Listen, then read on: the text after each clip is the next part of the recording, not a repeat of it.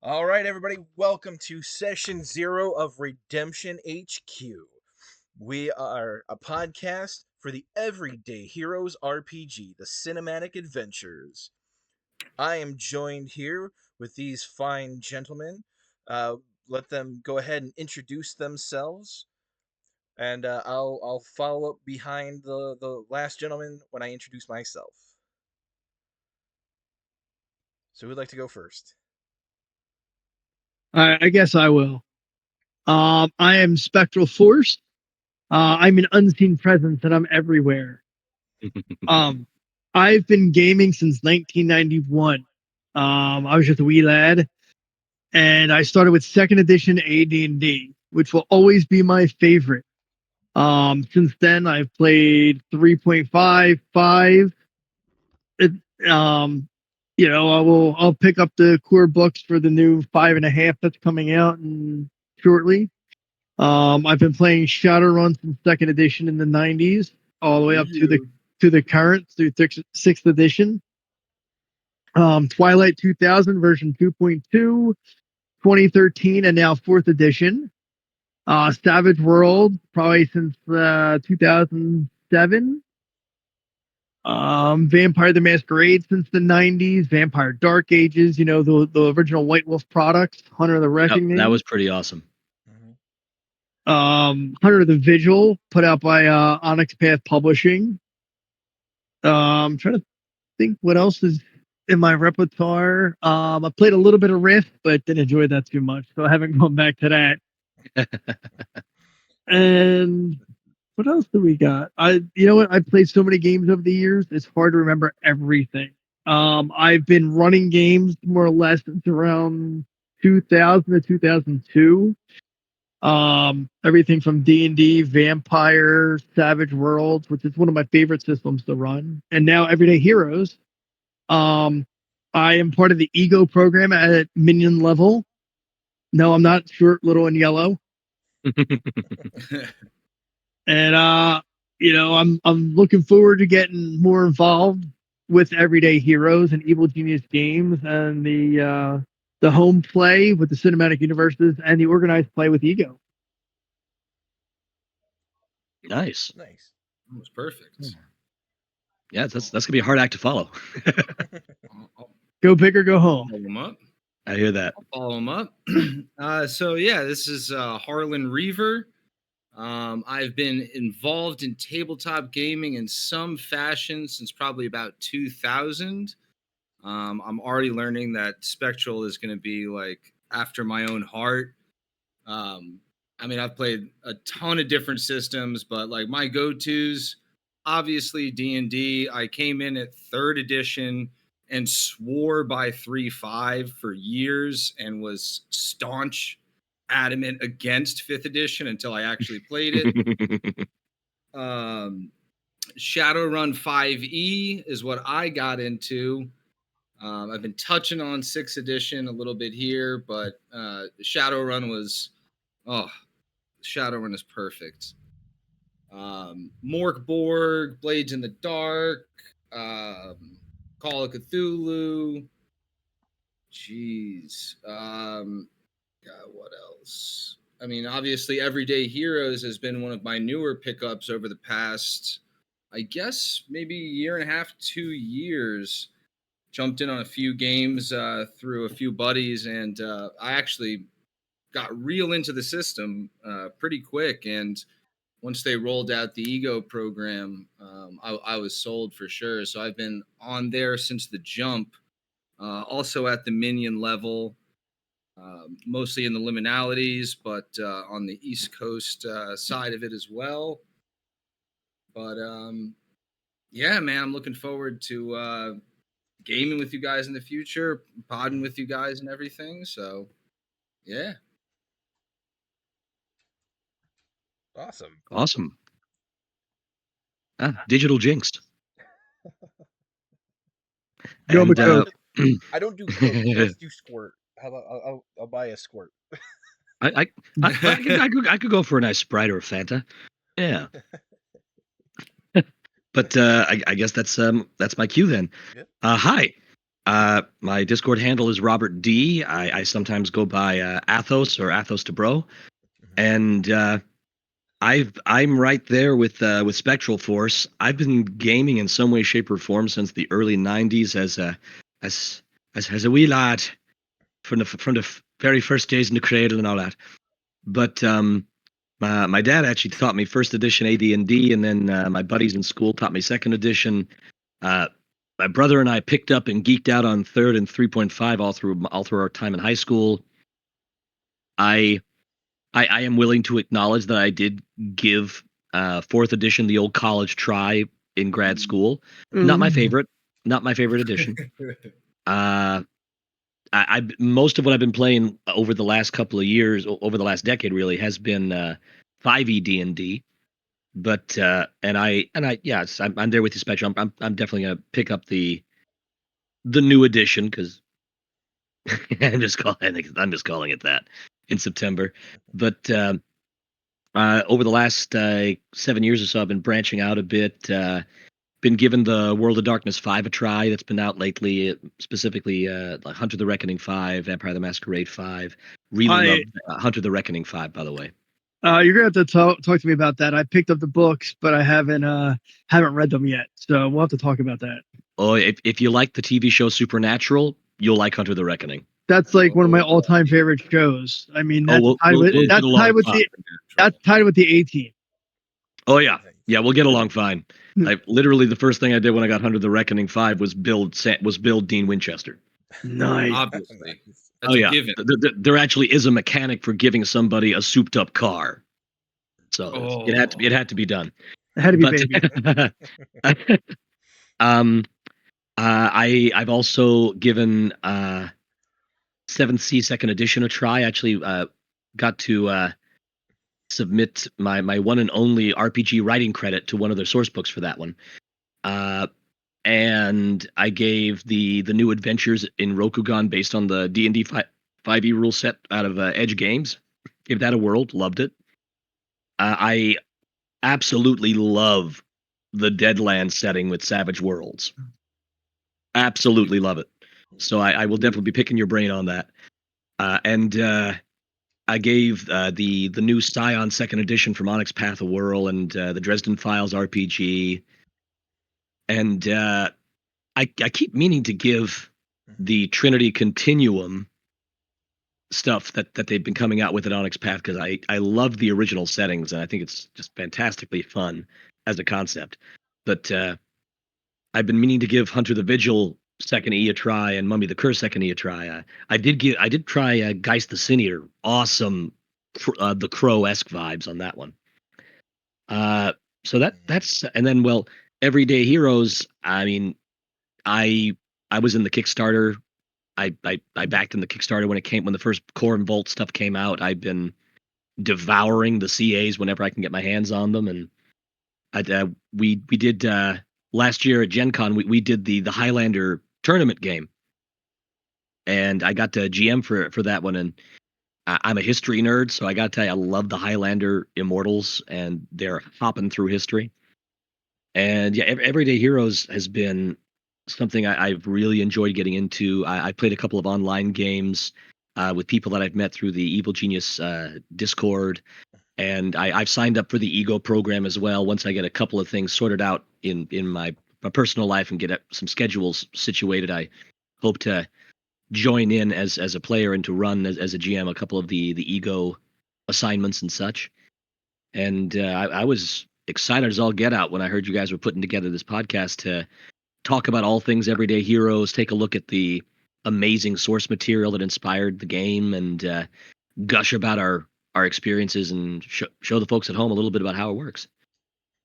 Awesome. And I guess that leaves me. I go by the name of Brobarian, and if I look or sound familiar, that's probably because you may have seen me on Monday Mutants and Masterminds with the Green Ronin YouTube channel, and I am their Valiant uh, expert, their Valiant Comics expert. I've been helping Green Nice. Ronin get their Valiant Adventures RPG up and running, and doing some research and getting adventures, helping them run their atomic think tank. I also have a side podcast, Clang, a Valiant Comics podcast that's on Spotify. It's currently kind of on a little bit of a summer vacation, but I'm looking forward to getting that back up and running.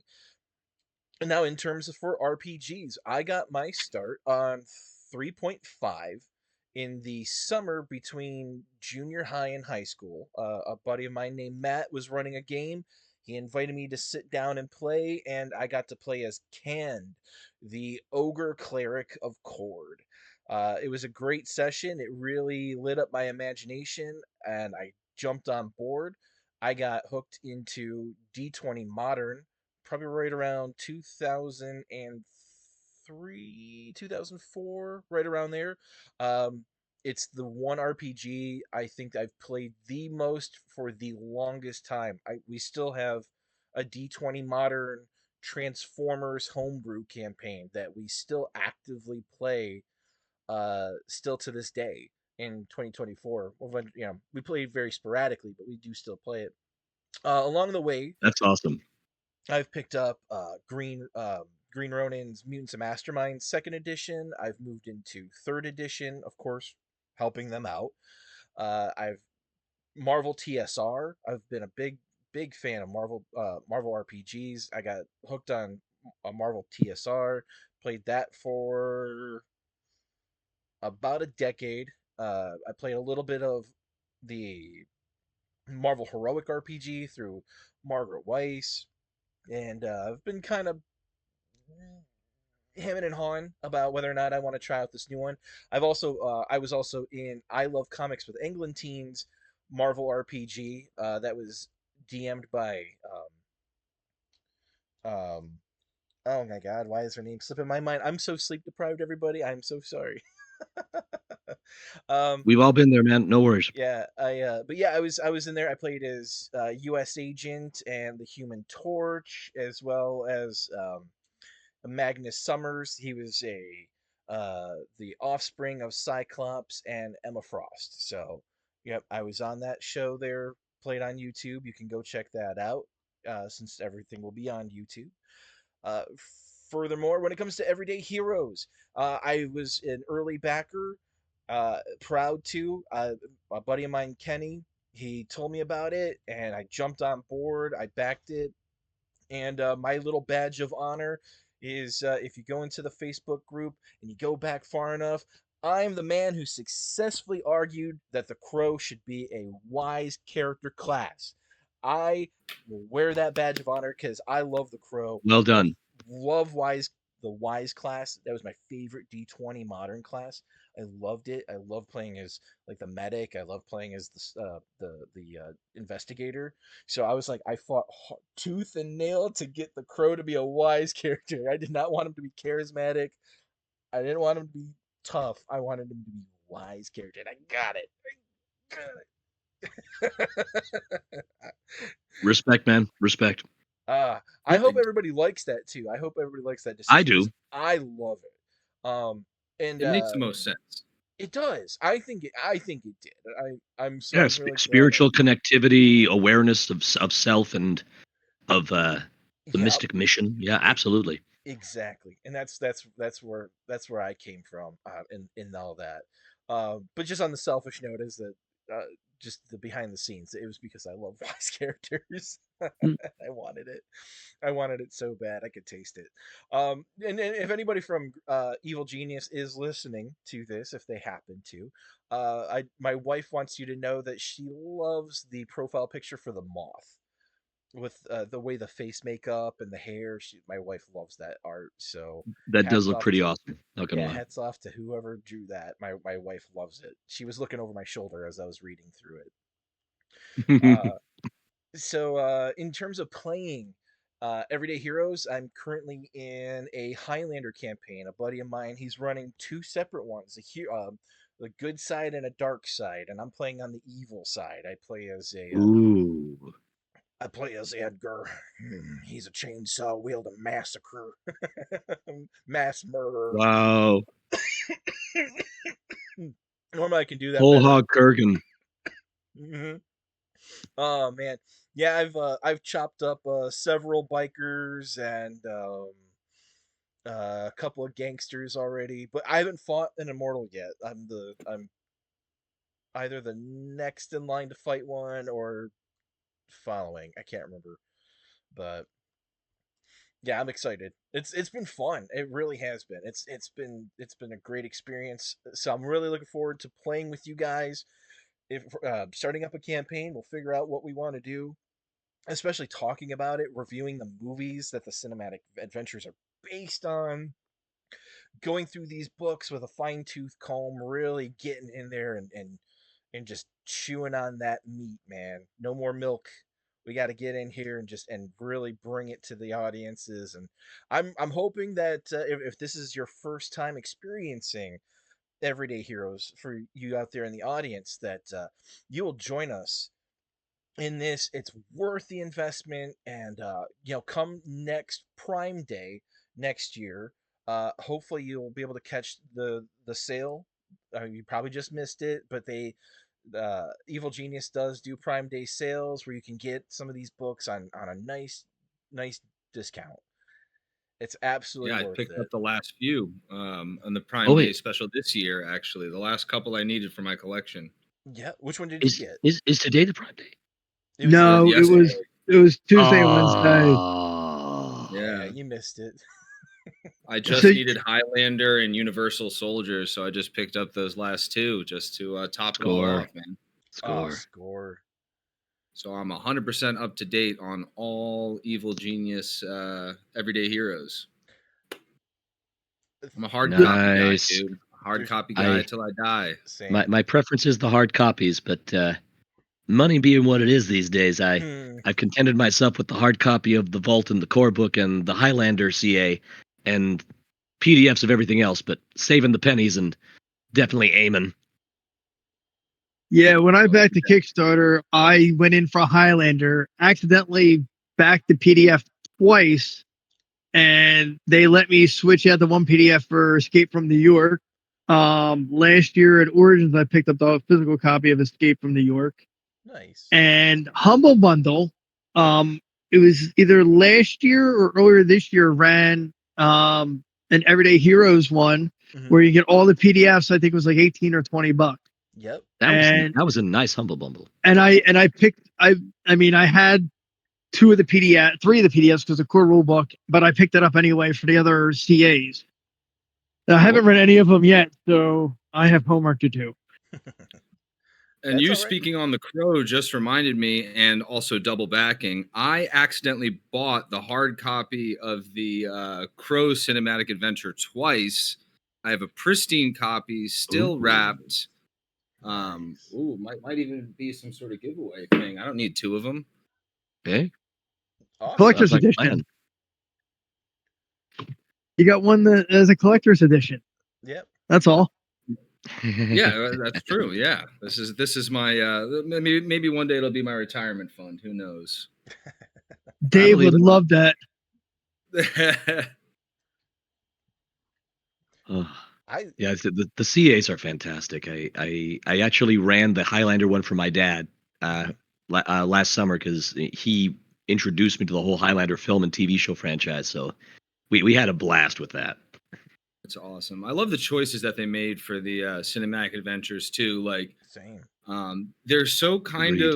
of out of the box. Like, I mean, just like off the top, Crow. I mean, to me, I mean, the Crow is such an interesting. I mean, to watch that flick and be like, all right, we can make like we can move this to the tabletop medium. To me, every one of these cinematic adventures really speaks to, because it's like you could easily, there are certain things you could watch and be like, okay, well, this is easily a tabletop game. I mean, Mhm. you look at Truth. Universal Soldier, it's like, okay, this is easily a tabletop game. But Oh certain yeah. things like Yeah. The Crow, and I mean, to take a bite out of something like Pacific Rim, which is like, it's a really fun Yeah. movie because like there's nothing more fun than giant monsters and giant robots. And to kind of make that in and of itself out of like, aside from, it doesn't feel like Transformers or something. It really does feel like Pacific Rim, like with the Jaegers and all of that. Total Recall is another one where I'm just like, these are such great calls to be like, Hmm. let's grab these licensed products and be like, let's make tabletop games out of these. And it's such a fun selection of cinematic adventures. Truth. And each of them is such a variation in genre that it's it really does a lot lend itself to all kinds of games through these CAs and what the CAs prove that that the system can be used for. And there's so much you can build out of it. I mean, Oh yeah. just Yeah. really, it speaks to Everyday Heroes. But I played once again talking about Supernatural, but Hmm. guy Lee on the server ran a Scooby Natural campaign a couple years back, Gore. and I think he ran it at a con or two. But man, it was so much fun. I mean, like, your starts out in the bunker, in the Men of Letters Hmm. bunker, and meeting up with the Scooby Gang. It was a ton of fun, and this system just Love makes that. that entirely possible. I mean, all like the core equipment, the cars, and everything like that. It was like, all right, it's like, okay, we're cruising in, baby. Like, okay, I need my shotgun with like holy water and all Rock the. It salt. was, yeah, some rock salt, little holy water action, some angel killing bullets. So I got a bit of a confession. Yeah. I've Mm. never seen The Crow. No. Don't feel bad, Oh. dude. I watched it for the first time. The first time I ran the Ego Foresight's Folly. Mhm. I watched it for the first time, and I I mean, here's the thing. Like, it is a fun movie. Mm-hmm. I think that there's a lot of nostalgia that's attached to it for the people that love it and the stuff that surrounds the movie. But I had to watch it twice because I was just prepping and I was like, let me just watch the movie. It is so bizarre, dude. It's so like, not, and I know I'm gonna get slammed for saying that. It's so lovably like corny. A little bit. Yeah. Mhm. But it's the way it's shot and everything Hmm. is awesome. It's it's like taking the old Tim Burton Batman style of cinematography Yeah. and amping it up. That's exactly what I thought was watching it was like, this has got Tim Burton all over it. Hmm. And then you of course then you add in the soundtrack. It's just that Mm. kind of That was experience, man. beautiful. Yeah, Hmm. the industrial metal soundtrack. I don't think it gets more 90s than The Crow. No, not at all. Oh god, yeah, it So is good. steeped in it, man. Oh yeah, It's steeped it's in it. And the just goth this punk is the rocker. Yeah. retribution through the movie. It's just Hmm. it's just it's almost feels like an ongoing shot of him just getting revenge left and right, just like pounding on street punks, and like this like elegantly dressed vampire-esque villain who lives like in this incredible squat. Mhm. It's awesome. Nice. So I guess I'm gonna have to add it to my list to watch now. yeah.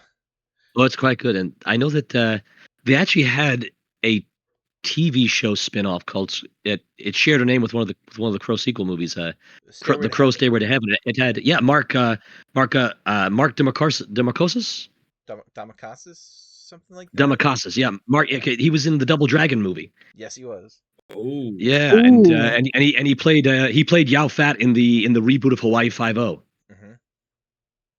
Yeah, awesome actor, great martial artist. That TV show basically the pilot episode retells the movie, the story of Eric Draven. He's Eric Draven, but it adds a few wrinkles and twists to allow for a long-term continuous plot arc for this absolutely amazing broken and tragic character. Yeah. And what a good or what a remarkable replacement for Brandon Lee. I mean, when they're both in the crow makeup, gosh, they look like It's so twins. eerie. It It's is. very eerie. I know he Yeah. felt Mark was really apprehensive about taking that role, Oh, just because understandable. of the whole legacy attached to it. He wasn't too thrilled, but I think he did a great job. And as far as I know, it was pretty well received. I don't remember how long it ran. It But only ran one season, I think, mhm, but it really got a cult following. yeah, I thought it was very well done. Yeah. I liked it. I well, I've watched a couple of episodes of it, and I really liked it. Hmm. Likewise. Yeah, but for me, The Crow, I was attached to the comic book long before the movie. I had gotten a hold of the graphic novel, and it meant a lot to me sentimentally. I read it a lot. I had some, kind of a troubled childhood kind of thing, and so there was a lot of comfort in like a shared pain experience, and so the movie. Uh, the movie was something I bonded with my sister over because she was a huge fan of it. But the comic in and of itself and the character and the story, it's resonated Hmm. me with me for a really long time, and it's been kind of a mission of mine to eventually meet James O'Barr at one of these conventions that's in this tri-state area. Um, I would Wow. just love to meet him and just just thank him. I don't want to emotionally dump on him. I'm sure if he had a nickel for every time somebody told him a depressing story about his comic book in their life, that man could probably buy a state. Uh, just but yeah, I would just love to meet him. But that was one of the main things that got me hooked for Everyday Hero. Um, was when they announced that they had the Crow RPG. It was for me. I was like, that's it. I'm sold. I'm on this. I love it. So yeah, mm, I could go back and rewatch that movie every year. I have no problem. The follow ups though, are when we get to the when we get around to reviewing those, you know, you you'll appreciate the first one a lot more. That's the Yeah, they have. kindest. That's the kindest, gentlest way of framing it. Yeah. It's one of those flicks where it's. I mean, there's so much surrounding what Mhm. went on in the shooting of the first one and everything that Mm, to follow it up. It's like, I mean, it had such a cult following, and a big Mhm. part of that is because of what happened to Lee and everything. And I mean, like we said, it's such it's shot so like cool, like it's mhm. so for Stylistic. me it's the visual. Yeah, it's so stylistic. Mhm. And I mean, it's set in that time of, like, we talked about it's got that really 90s feel, like looking at the comics and everything, like it's got that Vampire the Masquerade, White Wolf like touch to it. Like Yeah. it's very reminiscent of that. Yeah. No, I absolutely agree that just like that it casts a long shadow. It really Oh does. yeah. Um that and I can understand why a lot of people are not too thrilled about this new one that's coming out, and attempting to retell the Eric Draven story. Just I'm with pretty much the majority of other people. Should have just left that one alone. Just make it a brand new character. There's plenty of other Mhm. crows in the comics. Yeah, an Instead, just original make it. story. Yep. Yeah, either an original story or just base it on one of the follow up stories that have since come out by Yeah, there have been James and dozens. several Yeah. others. Oh yeah. Um, there was a really cool one. I think it was called Night of the Wolves, and it was he was a Jewish Holocaust survivor, and Oh. he breaks into a concentration camp to hunt down the Nazi general who had killed his wife and daughter, and they had shot him and left him in a ditch, Oh. and so he goes and he's killing Nazis to, it's not necessarily about freeing the Jews that are in there. It's really just getting his revenge, and it's a cool And story. Skinning the Vengeance. Wolves. Skinning the wolves, yes, skinning the wolves. That's the one. Yeah, Ooh, That's a cool story. IDW. Yeah. Yeah. intense. Yeah, that's dark, man. I mean, it fits the Crow, man. Right to a T. Yeah. So when we get around to talking about the Crow RPG, we're gonna have to, because like setting up a Crow setting, especially if you're gonna have multiple, uh, multiple people playing as, Mhm. one of the revenants. You'd really have to sit and think about how you can really tie multiple people into that, unless you only allow one person at the table to play as one, and then everybody else, excuse me, everybody else has to play as, more mundane characters. Right. That's something I'm looking forward to us talking about. I that's gonna be my that's gonna be my highlight. So I'm looking forward to that. But what is I'm gonna Here, have to everybody here. else's brush up favorite? on some of the comics, man. Oh my gosh, yeah. I absolutely recommend it. Amazon's got them digitally. I always recommend cheapgraphicnovels.com and thriftbooks.com and Mhm. InStock Trades. Those are the three websites I always recommend if you want to get comic books, Gotcha. physicals. I know used bookstores are my go-to for a good hard copy comic. Yeah, perfect. Um, so what's everybody else's favorite cinematic adventures? Ooh. If you had to pick one. Oh. Oh, That's only one. tough. Yeah, only the one. If I had to pick one, only the one, well, then there can be only one. Uh, for me, it would probably have to be Highland. I'm a huge history buff, so the idea of playing a character or being part of an adventuring group who has swum the seas of time and been a part of everything and anything from the most day-to-day life while hiding from the game to the turning point moments of this or that discovery or battle or mystery. I love that, and much like with the Crows CA, you can tell that the writers and the mechanics developers, the game designers that worked on these, they love the source material. They know the source material, not just the D20 Modern and the Everyday Hero rule set that they're working with, but these films and the franchises that have spun off of them. It's fantastic. Having characters that, in theory, don't have to worry about long-term injury complications or will always heal up in a day. To a degree, you get that in just about any of the like D&D style RPGs that are out there in the recent decades. But to be an immortal and to have, okay, you can't usually die, but if someone knows what they're doing or gets lucky, and that can spark a quickening, I think that's fantastic. And the adventure that they have in there in the CA is beautifully written, draws on some truly amazing moments in history and historical figures, and has some really damn good plot twists that really keep you on your toes when you don't know what's coming next.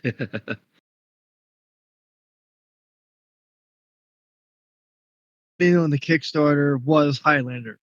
You I gotta didn't love care. it. I didn't care how good or bad the game was going to be. You're making Highlander, and I won it. Highlander the RPG. Yes, 3. Highlander the RPG. Yes, yes. I Chef's mean, kiss. exactly. Um, it was amazing that besides that, they did the cinematic thing because no one's really done that before. True. No one like with the cinematic universe that they're doing with the different properties. No one's really going through and like, okay, well, we're going to take this main set of rules and now we're going to have different settings, kind of like older editions of Dungeons and Dragons. Second edition had you had Ravenloft, Darksun, Birthright, Greyhawk, Forgotten Realms. So basically, what EGG did was just apply that to movie IPs. Like I said, Highlander was it for me. I'm like, you know what? Love that movie. Love Christopher Lambert. I need to get this. I didn't care Some rough whatever. slices.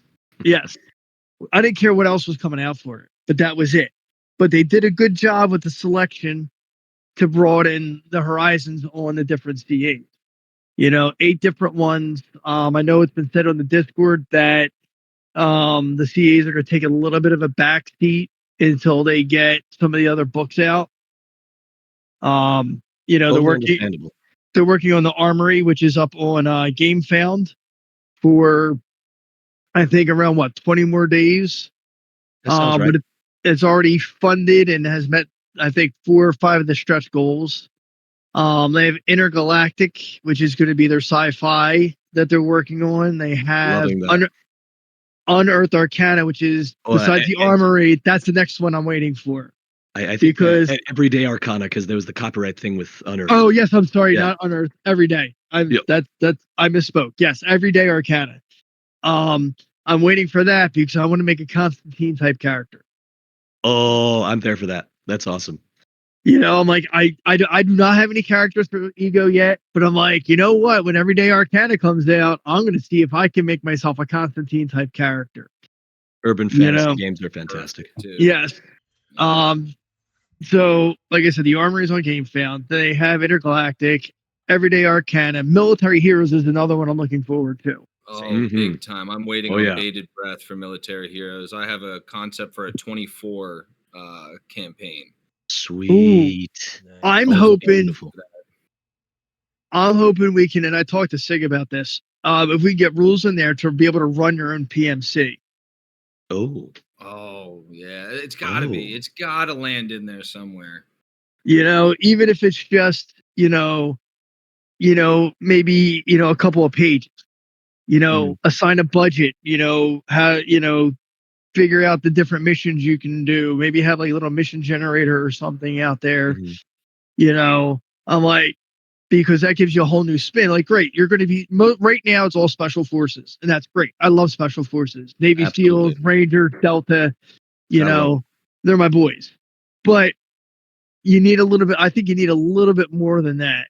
Just a touch of like, the expendables.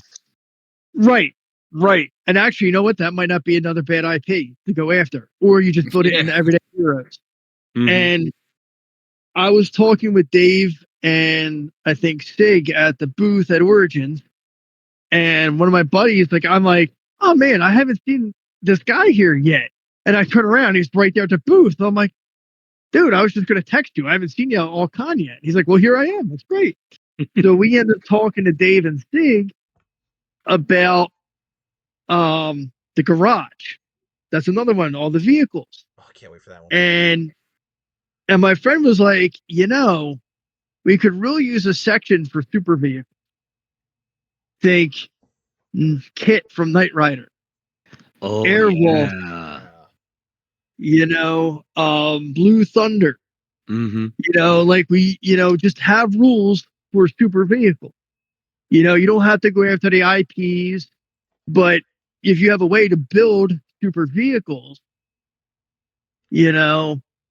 why not? And they were both liking the idea. We'll see if it goes anywhere. But that's another thing to look forward to. Like, okay, we got the garage. Now we're gonna have vehicles. Now, one, I'm gonna need my 18 van, and we're gonna need some sheet metal.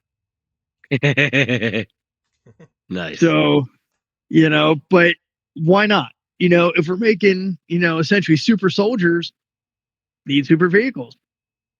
Agreed. And I'd vote for that. Yeah, I mean, why not? So they do have books in the way, and getting back on topic, because I love to go off topic. That's just my thing. Highlander was it. Like I said, I picked up Escape from New York. Yeah. Maybe they can get Escape from LA, do his follow up.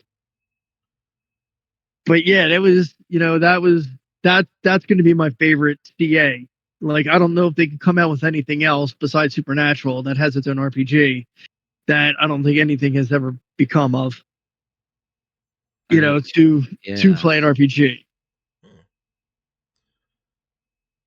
It's a fantastic show setting. It would be perfect for a CA. Yeah. that Monster Hunter class in the vault. It's Dean. Yeah. Oh It's Yeah. so yeah. Dean. Throw baby in that Mhm. Right. super car setting, man. Oh yeah. And Trunk once we get full of Everyday Arcana guns out, and we have yeah. an origin for Cass. Yeah. Oh, Oh my gosh. Yeah. Yeah. I'm one of the things I'm looking forward And to. Crowley for that matter. Oh yeah, Oh Crowley yeah. for sure. Mhm. I'm interested Moose. in mashing up the cinematic adventures because to me, um, one thing I can just picture it in my mind is you're a sorcerer or a wizard. You're standing on the wing of a biplane and you're casting a spell at King Kong as he's climbing up the Empire State Building, Yes. about to drop fireballs on him. See that right there? No. That's No, magic right you there. know what you Mhm. cast on King Kong climbing up that building? Grease. You cast grease on that building. yeah. Oh yeah. Yeah, it's I'm very excited for Intergalactic Heroes, but I have to confess I really want to see all the magic toys from Everyday Arcana. Yeah. That's oh yeah. Now I actually one of the things I do want to de-stress amongst my other hobbies and such, and I like to use game setting rules to create game versions of like my favorite TV characters or comic book characters, movie characters. I used like I used the Scion Hero thing to do a couple of pulp heroes from the old pulp magazines and such, and Yeah. uh, I would love to mash up Intergalactic Heroes, the core rulebook in the Vault, and Everyday Arcana, and just go full on with the Star Wars core group and with the MCU main heroes and such. Mm-hmm. Oh yeah, mix and mash, not match, mash. Mash. Oh yeah, Speaking of pulp, though, and all of that, that would be a great setting too.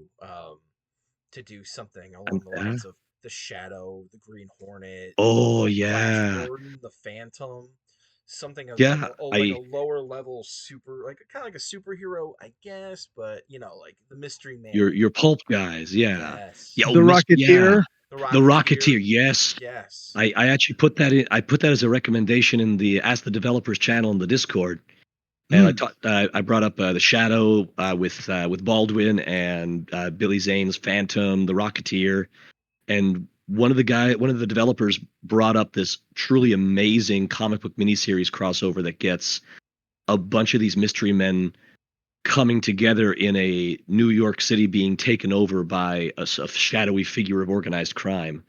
So you got the Shadow, you got the descendant of Zorro, you got the Spider and the Black Bat. Yep. These guys that in unless you're a huge pulp nerd, you've probably not heard of these guys. But it was just fantastic. And I Masked. mean, as it I is, love the those bottom shelf rules that guys, we've man. got, have some amazing flavors that you could do with like the mental power mutations or the mutant psychic or the manipulator for the shadow and Mm-hmm. got I mean for my money the Phantom's a wise hero all the way. Yeah. But and then with the Rocketeer you could I would say maybe make him like a motorhead because he's a pilot and then get him the engineering cross training classes that way he gets that jetpack. Mm-hmm. Zorro, of course, duelist. Duelist. Yeah, Yeah. charismatic duelist, man. That's all the way. Oh, and every iteration of Zorro has always been that charming duelist. I love it. So, Mm-hmm. did you guys ever see the Antonio Banderas Anthony Hopkins movie? Oh yeah, Yes. both of them. Oh, Yeah. do you know how to do? Do you know how to use that thing?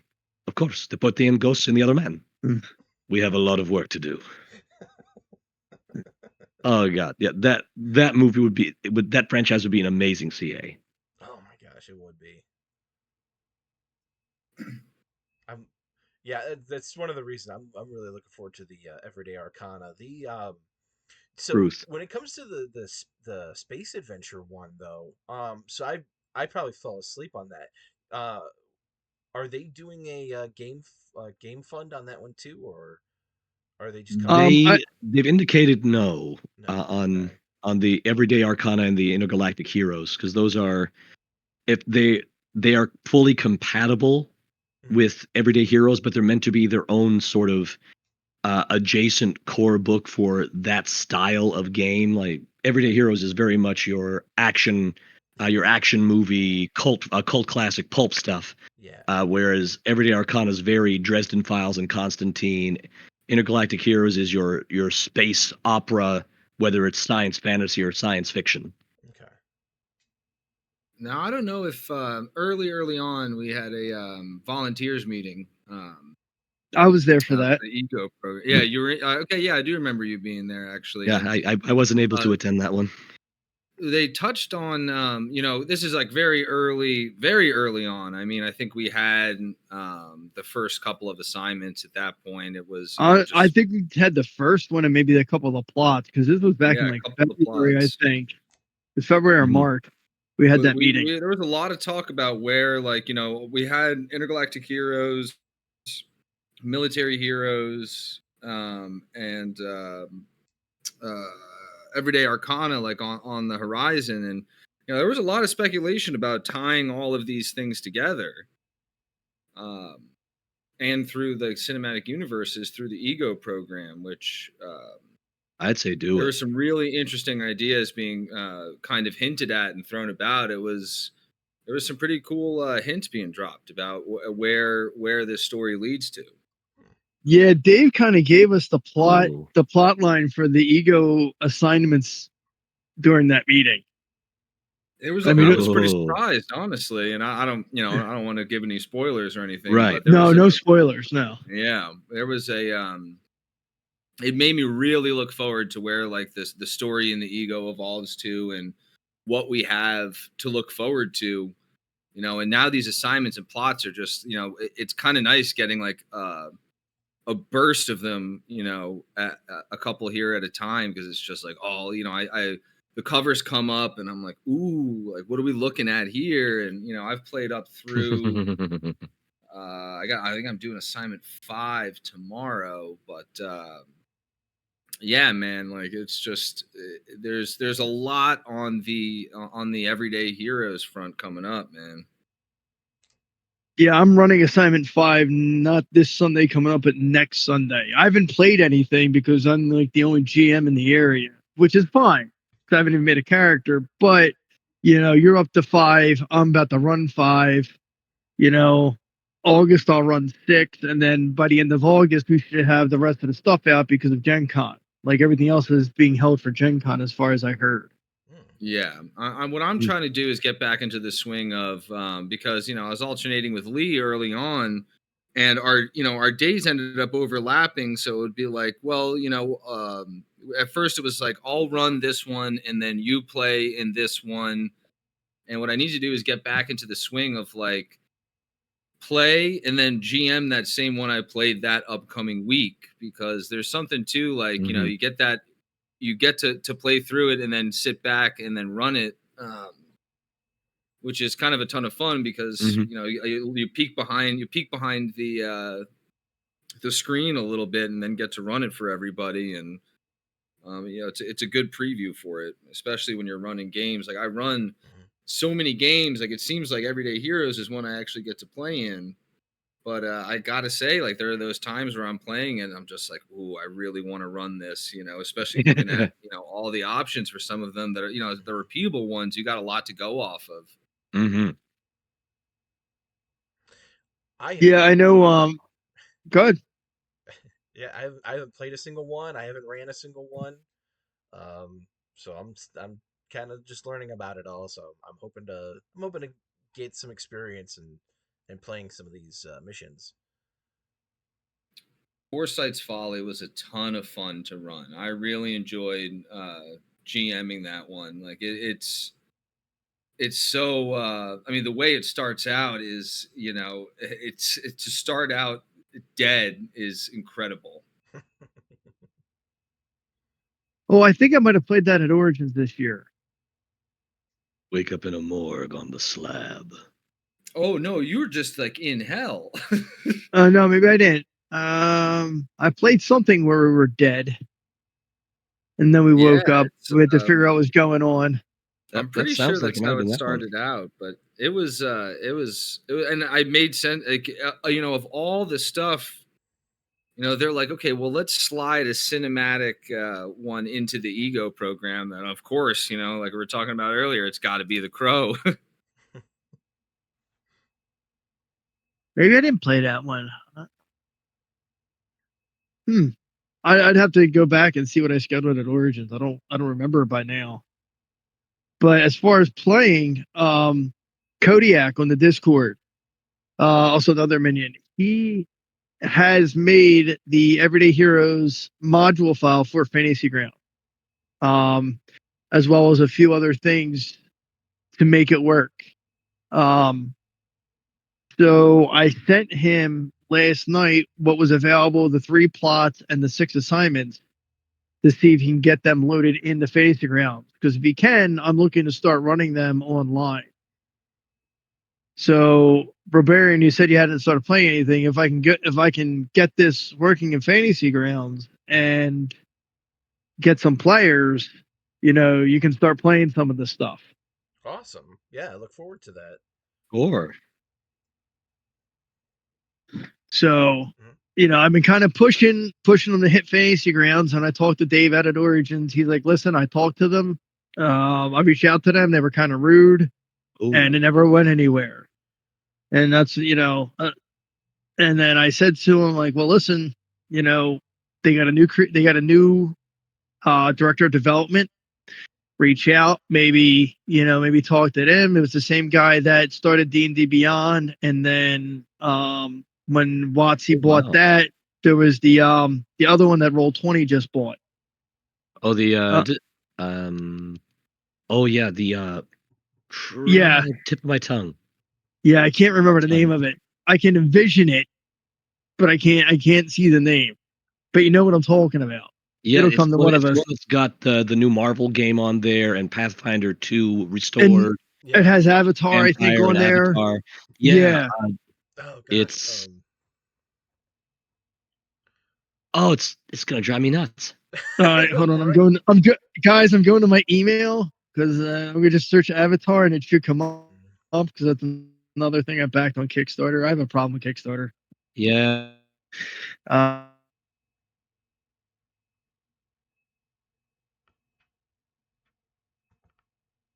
Demi Plane, yes, Demi Plane. So they just got bought out by Roll20, if I remember reading that correctly. So he left, this guy, and now he is part of SmiteWorks as the director of development. So some people complained about the user interface on Fantasy Grounds. I'm like, it's pretty straightforward to me, but I'm a little, not the toot or anything, but I'm a little bit smarter than your average bear.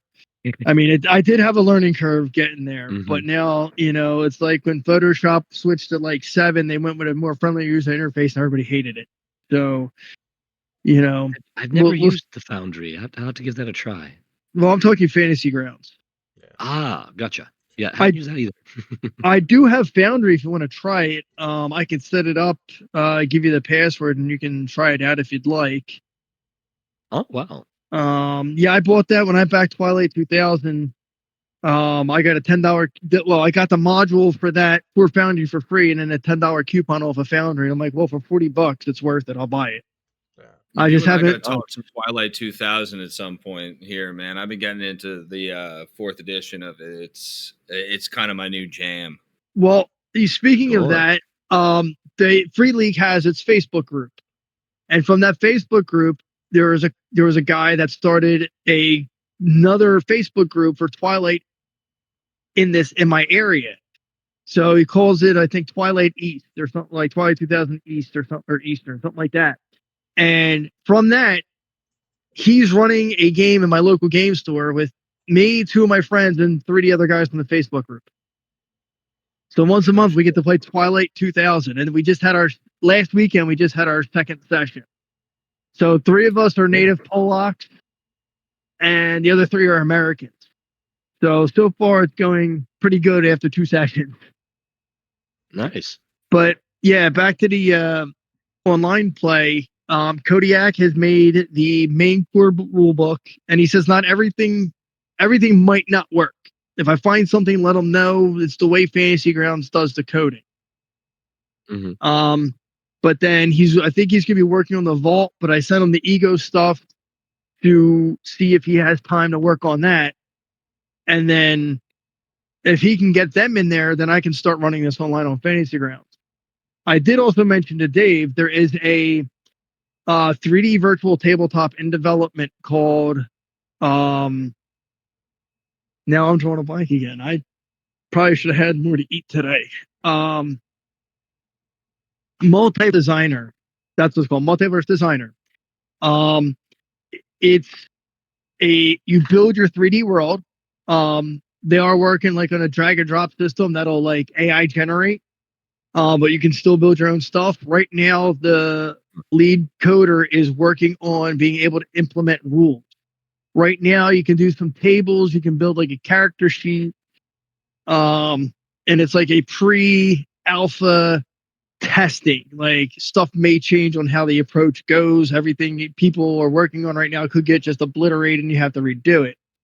But he's working on implementing a rule system.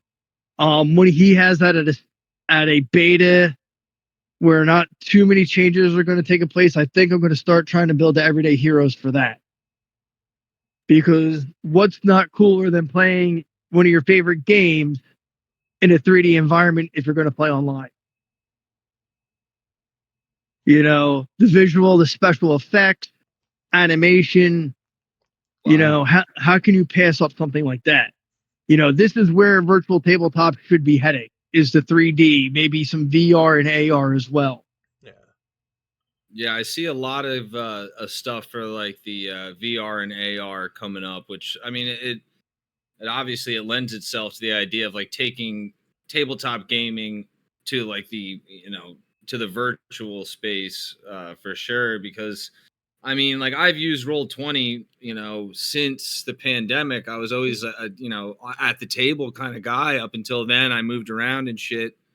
And I was like, okay, well, Roll20 is my next best option because it's like, all right, well, I got my old group back in Richmond, or I got people I met over here. It's like I can always jump on Roll20 and run a game. You lose. I mean, you lose a lot not being at the table, and it's I run a shitload of online just because it's like that's where we've come to, and it's good. I get to play with a bunch of people I never would have played with before, but I would love to. I mean, because I gotta fight tooth and nail to get like an isometric map like onto Roll20, which I can build in Dungeon Scrawl. It's it's fine. I mean, and even when I play at the table, I mean, most of the time I'll use a grid and throw that down. But I would love to see some more 3D coming our way, because if I'm going to sit there online and do it, like I'd like to build something out that's visually appealing instead of dropping a grid just online, which like I said, that's what I do at the table. A lot of groups I did a lot of theater of the mind. But if I have the digital tools at my fingertips, I will definitely lean into some 3D. So back to the 3D, there is another what they're calling a virtual tabletop called RPG Stories, and I've thrown money into this, and this was going to be my 3D VTT until they are not focusing on adding rules. They did a second Kickstarter, which I backed, and my hope was that this Kickstarter would be to get funding to actually implement the rules, and it did not go that way. They put it as like a second tier goal to do that, and it's a very wonderful world builder, absolutely amazing. There's like 6,000 assets. They've done a tremendous job.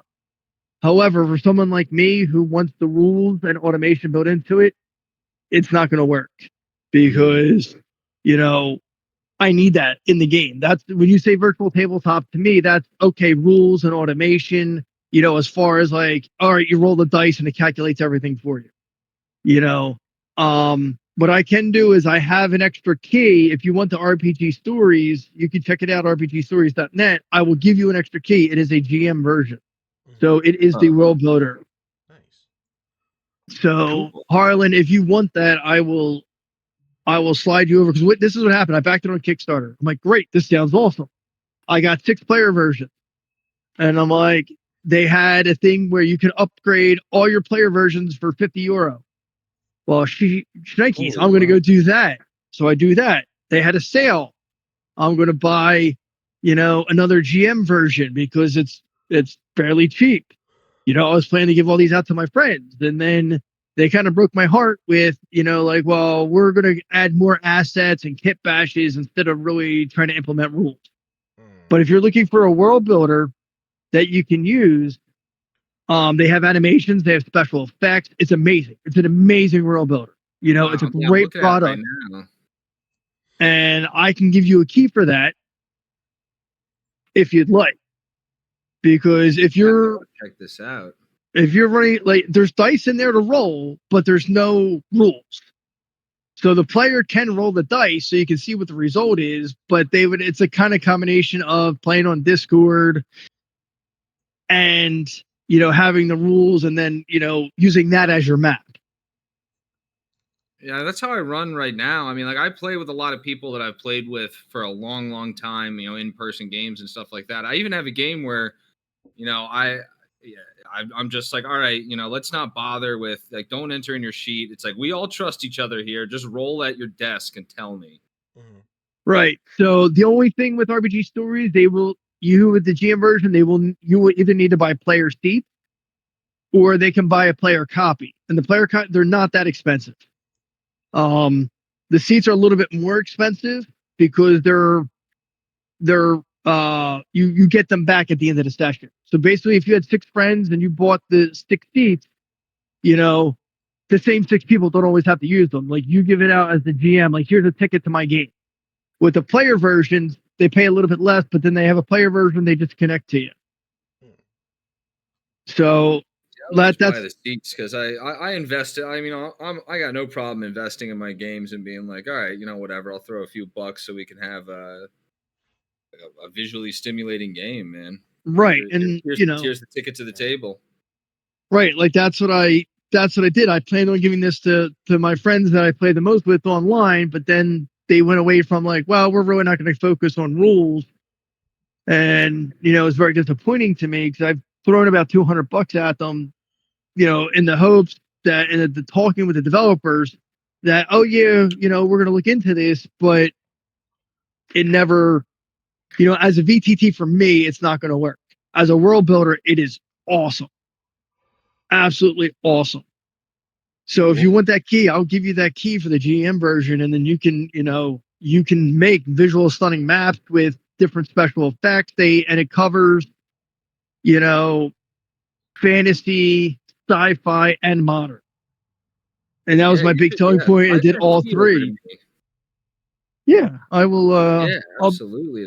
I'm checking all this out now. I'm gonna be getting into this week. yeah, the other one is Multiverse Designer.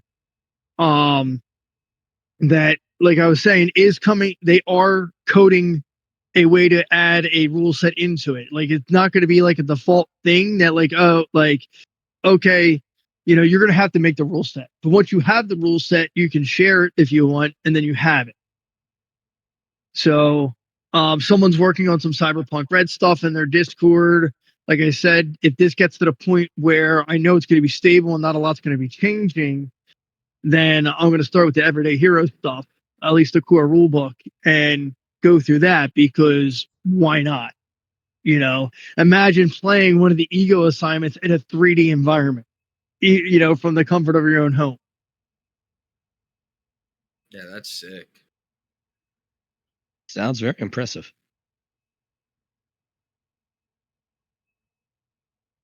I know I've been a player on the Roll20 situation. I've not tried the other virtual tabletop stuff. when I have run things online, I've done the old school theater of the mind situation. So it's fascinating to hear what new tools are out there these days. Yeah, I I agree. feel like with Roll20, I've just dragged tabletop players onto Roll20 because I'm like, all right, this is the broadest VTT that I can give you. You can sign right up, and like I said, I'm like, don't even bother. Like, my core group that I play with twice a week. I'm like, just make your character sheets. Give me these stats. Yeah. Roll at your desk. Let me know about it. I'll just throw the map in front of you. Like, I use it as the supplement. So I've never really. I mean, I've taken time to build some maps here and there. I'll primarily use Dungeon Scrawl just because it's just like graph paper and being at the table, a theater of the mind. Oh, So I haven't really forayed into going in too much, but looking at this RPG stories, I'm kind of getting into this. yeah. I just DM'd you a key. You use it through Steam. Oh, sick. If it doesn't work, let me know. But I think that one should work. I'm used to map tools. That's what we used when we played Marvel back a decade ago. We would use map tools to play with all the other people from all over the country. But it was me and the GM, since we lived in the same city. I would just go over to his house and we'd play on computers and do it that way. But for my GI Joe game, I'm the same way. We just play over Discord voice, theater of the mind. Sometimes we drop pictures up in the chat, just so you Hmm. can see, or like the GM, he'll drop a map there, and then that way we can navigate through that. But yeah, I've never used any of the virtual tabletops or any of those kinds of programs, more recent ones. I mean, I'm Yeah, willing to demo you guys Fantasy Grounds if you ever guys want to try that out. yeah. I might have Cool. to touch in with you about that. Like, because it's especially when people, like I said, bringing people from the table onto like online. Like, I've always softened it with like being like we're just gonna play it like we normally do. Theater of the mind. Whatever. I mean, I feel like even at the table when it came to heavy 3D pieces or anything like that, I really only used it for 40K. Yeah, If I was running skirmishes or something, but Yeah, I mean, Fantasy Grounds is a bit of an investment. I mean, they just lowered their pricing to be more competitive. So the DM version, the ultimate version they call it, is $50 now. It used to be 150, and the player version I believe is 20. Or if you just want to try it out, you can subscribe monthly for a few months. yeah. is Um, it 50 a year? no, total $50. You That's Oh, own the 50 you, flat. yeah, That's not bad you at own all. it Wow. outright. Yeah, the 50 player. That might not be Yeah, bad. so the really generous. well, it used to be 150. It used to be 149.99, and with a lot of them like Foundry's $50, and there's like another one that's $50. So they're like, well, I guess we kind of made our money. We'll lower it to $50. Maybe we'll get more sales out of it, and that's the ultimate one. So everyone else can just use the demo. Now the difference between the three is the demo you can only connect to someone who has ultimate, or one person can connect to someone who has the core, which is the player license. You can't own any books. The core license is the player version, $20 or $4 a month if you want to try it out. And then you can buy whatever resources you want that they have. And then the ultimate, anybody with the core or demo can connect to you, and then you can have whatever books and stuff you want too. And I mean, let me see. 1, 2, 3, 5. That's 15, and that's 20. So there's like 35 rule sets that are Holy available in mackerel. there. So you have D&D Classic, which is like first and second edition D&D. Oh yeah. They have 3, 5. They have 5. Um, you have Starfinder, Fallout, Cthulhu, Savage World, Cyberpunk Red, Traveler, Rollmaster, Star Trek Adventures, World of Darkness 5th edition, Vampire 5th edition, Hunter 5th edition, Werewolf 5th edition, Dune, Shadow the Demon Lord, Transformers, 13th Age. Alien by Free I League. don't hear Shadowrun on that list. It's not. So they put out a poll about a month ago. Wait, they put out Really? a poll about a month ago about what rule systems we'd like to see on Fantasy Grounds. Shadowrun was like number 2 or 3. BattleTech was like number 1 or 2. Twilight 2000 was up there. So hopefully these are coming. I don't know. Like they have Alien RPG by Free League. They have Vastin by Free League. Symborum by Free League, but they don't Blade have Runner. Twilight 2000. They don't have Blade. I don't think they have Blade Runner. They've got D20 Modern on here. Deadland, Fate, Nice. Advanced Fighting Fantasy, Icons, Basic Role Playing, Traveler First Edition, Mutants and Masterminds. So if you just go to fantasygrounds.com, then you'll see everything there. I named almost everything on there. So, and when I started with Pretty this, there good was maybe spread. only 6 or 7 rule sets, and it's grown since then. Pathfinder 2 Eve, Pathfinder First Edition. So I do have, You I said think, Starfinder, right? yeah, Starfinders on their first edition. Oh wow. Yeah. So Cyberpunk Red, I have some of the Cyberpunk stuff. I think I have some of the Vampire the Masquerade stuff. I didn't buy the Hunter yet, but that's on my list. They have Transformers I didn't buy, but I'm probably going to get that too because why not? You don't have any experience with Cyberpunk Red? Because to me, when I've seen it, I'm like, is this just masquerading Shadowrun? Okay, you got to remember. Okay, so Cyberpunk originally came out in the '80s. Shadowrun is Yeah. based on Cyberpunk. So They Cyberpunk kind of become so much bigger. I mean, in my mind, bigger relatively. marketing. That's what it comes down to. Yeah, FASA that'll did a do it. wonderful job of marketing Shadowrun Second Edition. Shadowrun, it was huge over in Germany for years. Like that's like D&D. Forget that. We want Shadowrun.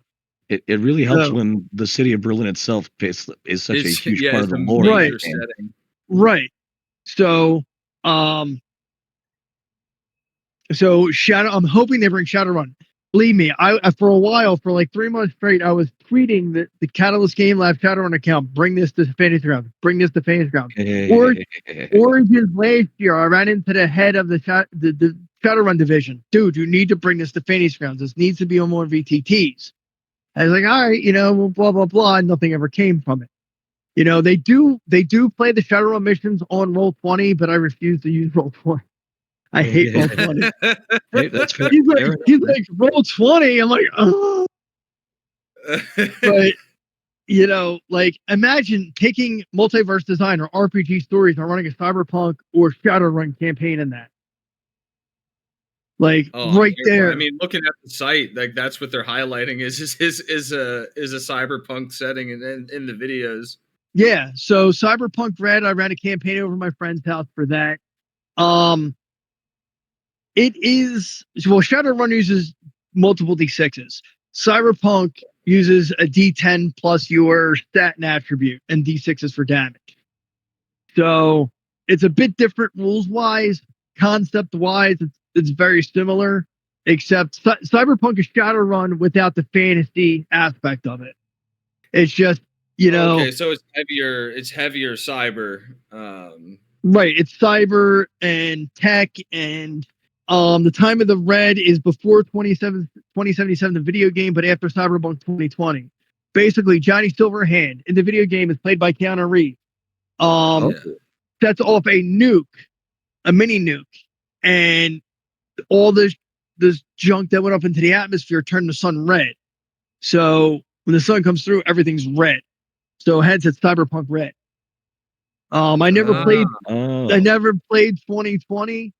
I just ran Cyberpunk Red. It was a little bit, learn as you go type of thing. But in fact, the campaign that I run, when I find time and motivation, I'm actually going to be putting it together, reworking some stuff, and I might throw it up on Drive Through RPG.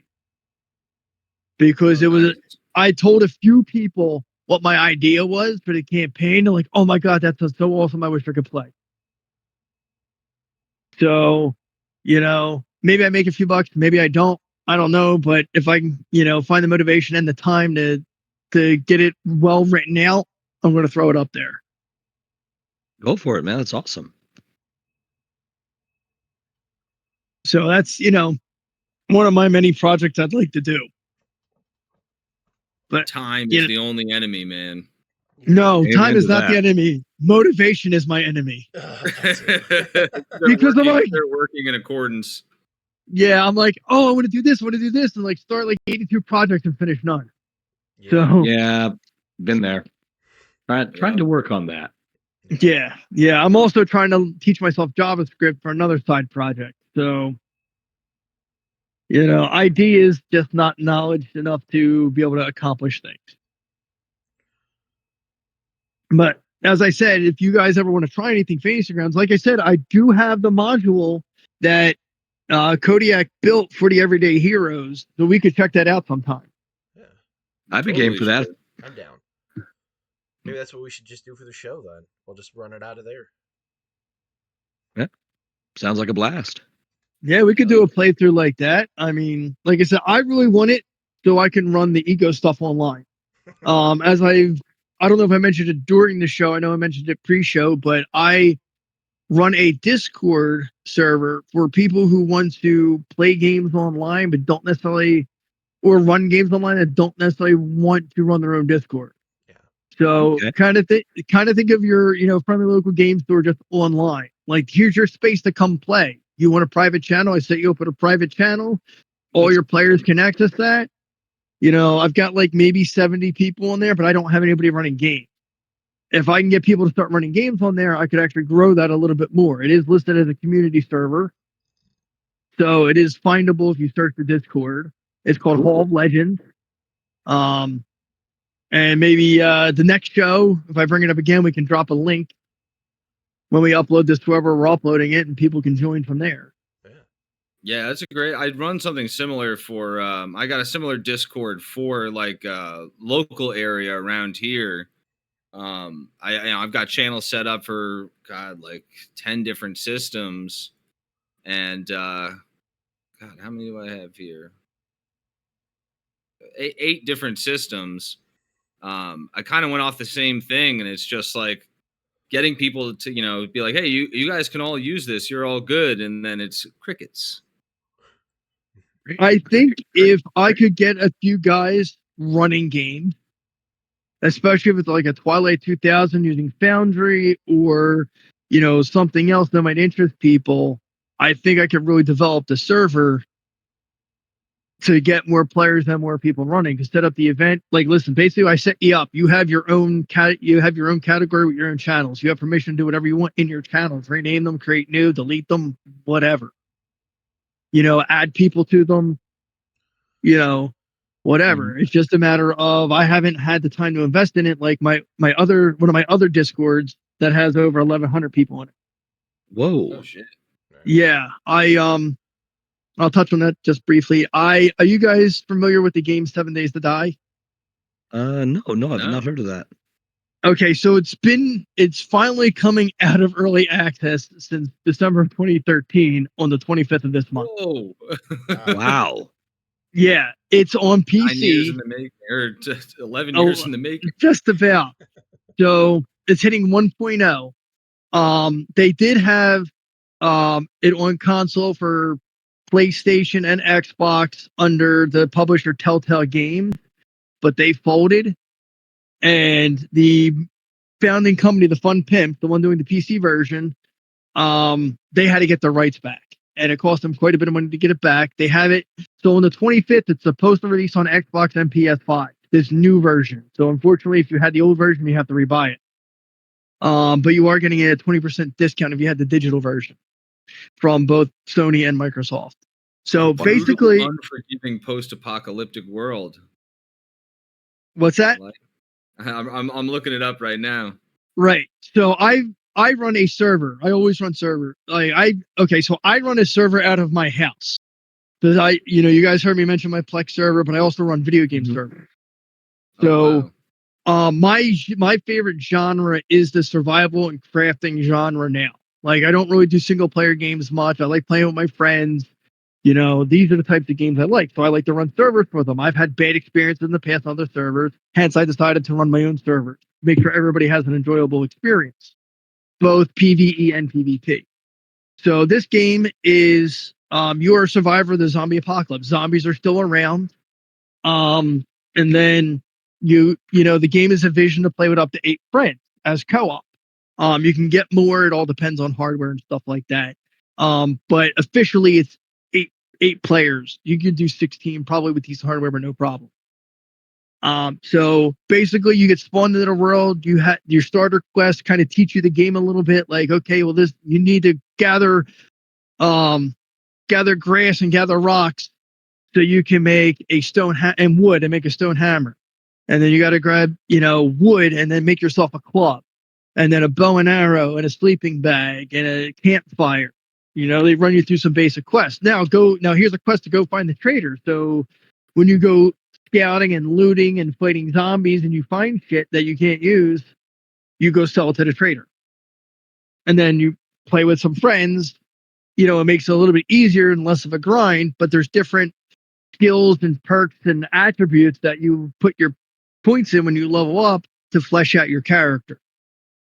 So you could have like an agile hero, smart hero, a charismatic hero, comparing it to Everyday Heroes. Nice.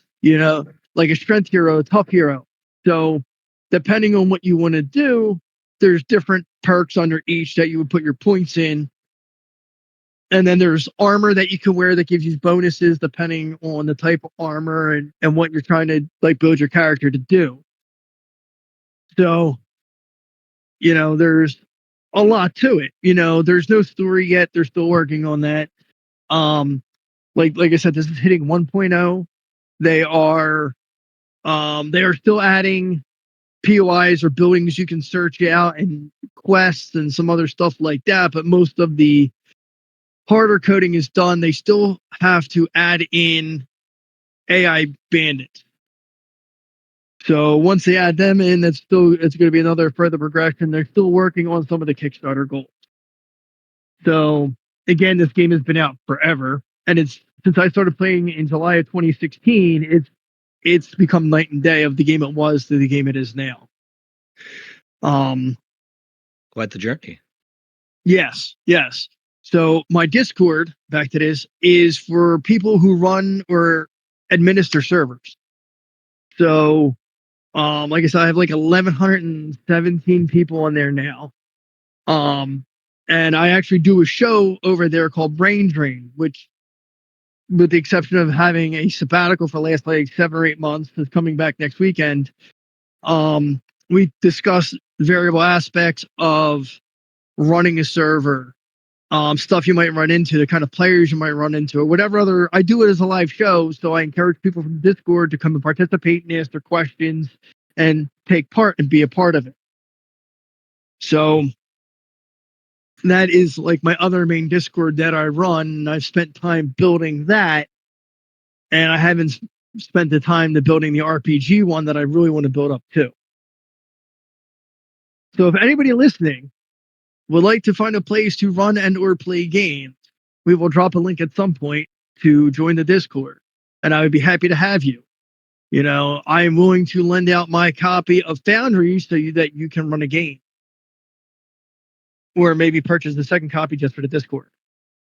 You got some irons in the fires, man. You're not kidding around. Big time. I've got plenty of ideas. I just don't have enough of skills to be able to do everything I want to do. Mm-hmm. So, and being as old as I am now, it becomes a lot harder to learn things. And it's not even learn it, just retain things. I hear that. Fortunately, Everyday Heroes is based on 5e. I've been running things a little bit differently that I found out at Origins is wrong. Like in 5e D&D, like if you gang up on people, you're supposed to have advantage. Well, that's too easy to kill things. I don't like that. So I gave my players +2 like they used to do in 3.5. Yeah.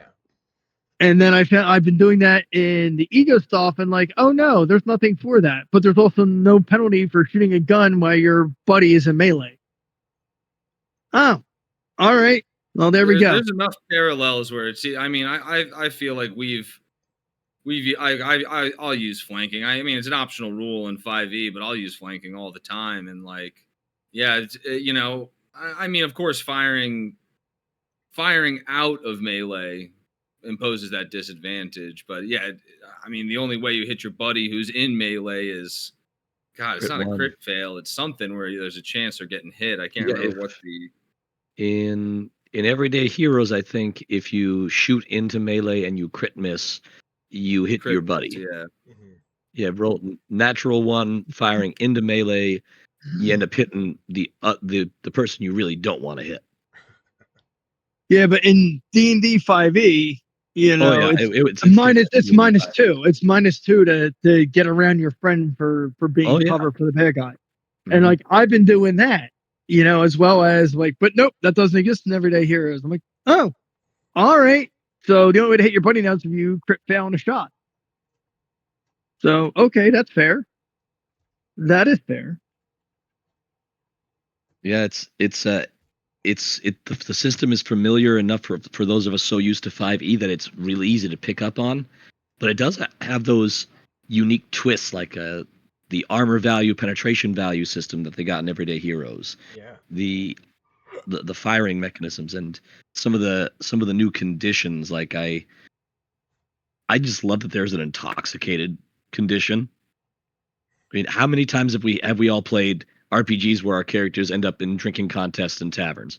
Oh, the whole time. Oh yeah. Oh Yeah. yeah, all Yeah. the freaking time. Now there's actually a progressive condition of 4 levels of disadvantage on saves and ability scores for Dex, Wiz, and Intelligence, and you get the sickened condition. You're unconscious. You fall to You're 0 HP and need to start. incapacitated. Yeah, then you reach the alcohol poisoning stage. Got to start making death saves. I mean, I've met some of the devs, so that kind of makes sense. Oh yeah. I'll tell you what, I mean, like I'll draw, because it's like you play 5e for so long, you jump into a game of Everyday Heroes. I was playing a scoundrel at one point, and I was like, okay, like perfect. At this level, I get my bonus action,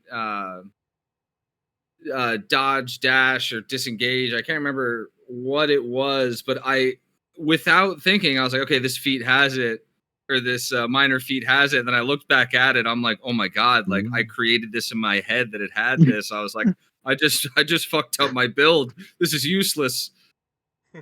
And that's going to happen when you start using a new system that's similar enough to some older stuff that it's easy to use, but Mhm. just similar enough to get sometimes have tricks of the mind played on you. Yeah. I still mix up 3.5 rules into 5e to this day. Oh, damn, Skippy. Yeah, absolutely. Yep. Especially the spells that when they kept the same Oh, names for some of the spells. yeah. It took me like 5 years after 5e came out to actually say, okay, this doesn't happen with this spell anymore. Yep. Yeah. I'm still I catching people flat-footed. Yes, the flat-footed thing. Oh yeah, that took a little bit while. Or 5-foot step. I still got players after like a year of playing, like, oh, 5-foot step. I'm like, there is no 5-foot step. You just Nope. move. I don't think so. Attack of opportunity, buddy. But no, Bingo. yeah, well, no, yeah, but there's no attack of opportunity unless you leave the threatened square now. Yeah. You can maneuver around them. You just can't leave Yeah, the you can threatened shuffle. area. And I think that's a little bit better. Like Mhm. combat is Yeah, a yeah. flowing thing. You shouldn't. You're like, oh, if I take a step over here, now he gets to attack me because I took a step over here. I'm like, well, that kind of doesn't make sense because you're still Yeah, you're engaged with engaged. them. You're just moving around as part of the fight, so you can open a spot so your buddy can come in and stab him in the liver. Yep. Yeah, you ever watch if you ever watch like a boxing match or a taekwondo sparring match, as long as they stay in close, they're eyeing each other, looking for that opening, making a couple of test moves. Go into a cinematic universe, something similar. Have you guys ever seen Best of the Best? No, I have No. not. Oh, I got to give you guys access to my Plex. So Best of the Best starred James Earl Jones and Eric Roberts. You had me at James Earl Jones. And he is the coach of the U.S. national karate team. I can quote this movie by heart. So Ooh. they are the U.S. They show like not Sean Penn, Chris Penn's in it. Um, James Earl Jones, Eric Roberts. I'm trying to think if there's anybody else notable in it. But this came out like I want to say 87 to 89, and it's a karate movie. It's about a competition where the U.S. team is going to fight the Korean national team, and it's a drama. It's got the action for the fights and stuff. It's actually a very good movie. Me and my friend love this movie growing up. But having like a martial arts type competition, Michael. Now they made like three other movies that were not as the same as the original. The original was the original. Like 2, 3, and 4 weren't competitions anymore. There were other stuff that happened with not all the characters. But the first one, Best of the Best, you guys should check that out. Okay. I hadn't heard the name Eric Roberts in so long, and man, Eric Roberts was in 2, not 1, but 2 Human Centipede movies. Yeah, I guess when you need money, you need money. You got to take what's Yeah, available. Sharktopus, Megaboa. Well, that's like okay. So you guys know who James Spader is? Oh yeah. Yeah, I love James Spader. Okay, you love James Spader. So he was the original Daniel Jackson in the original Stargate movie. Mm-hmm. He hates that movie. He did that movie because he needed money. Yeah. He needed a paycheck. And he did such a good job in it. But he still hated that movie. And like, that was a great movie. Mm-hmm. Like I cannot fathom why he hates that movie. But then again, I'm not an actor. I don't know, he's like, I needed a paycheck. I needed to do the movie. And he was great as Red in the Blacklist. But like, I love the original Stargate movie. Yeah, certain actors, man, take those roles to in the original D&D movie, which I mean, let's all be Marlon honest. Wayans. Yeah, It was Marlon crap. Wayans was shooting what's the Requiem for a Dream. Yeah. While he was shooting Wow. Dungeons Oh. and Dragons. And him and Jeremy Irons would overact in that movie because they could move. Yeah. Right. Yeah. Yeah, there was a lot of overacting that. Like I saw that in the movie theaters. That came out in 2000. I saw that in the movie theaters. I went by myself. I didn't care. I wanted to see it. It's a Dungeons and Dragons movie. And looking back now, like it sucked. I still liked it at the time, Oh but yeah. it was not a great movie. It was absolutely not I a great still movie. like it, man. I'll watch it. I'll piss people off on purpose. I'll be like, "Oh, it's a cinematic masterpiece. I don't know what you're talking about." So, speaking of cinematic masterpieces, so my cousin one day asked me for a recommendation for a movie, and once he starts watching something, he has to finish it. Well, he had pissed me off, so I told him he had to watch John Tucker Must Die. Oh. He's like, I effing hate you, man. You know I gotta finish what I start watching. I'm like, I know. You should have pissed me off. So one thing about Eric Roberts, man, I heard it's a true story too. There was this slow budget indie film that was filming at this hotel, and Eric Roberts just happened to be in town and staying at the hotel, and they needed to shoot a scene, and they happened to run into him, and they're like, "Hey, we could really use your help. Like, we got this thing."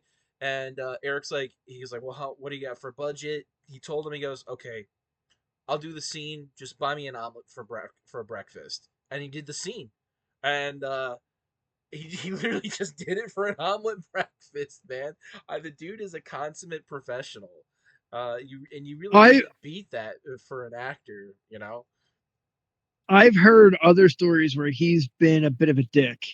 True. So it's like it's great that he did that, and that could have been earlier on in his career, like when he was actually like known at some point.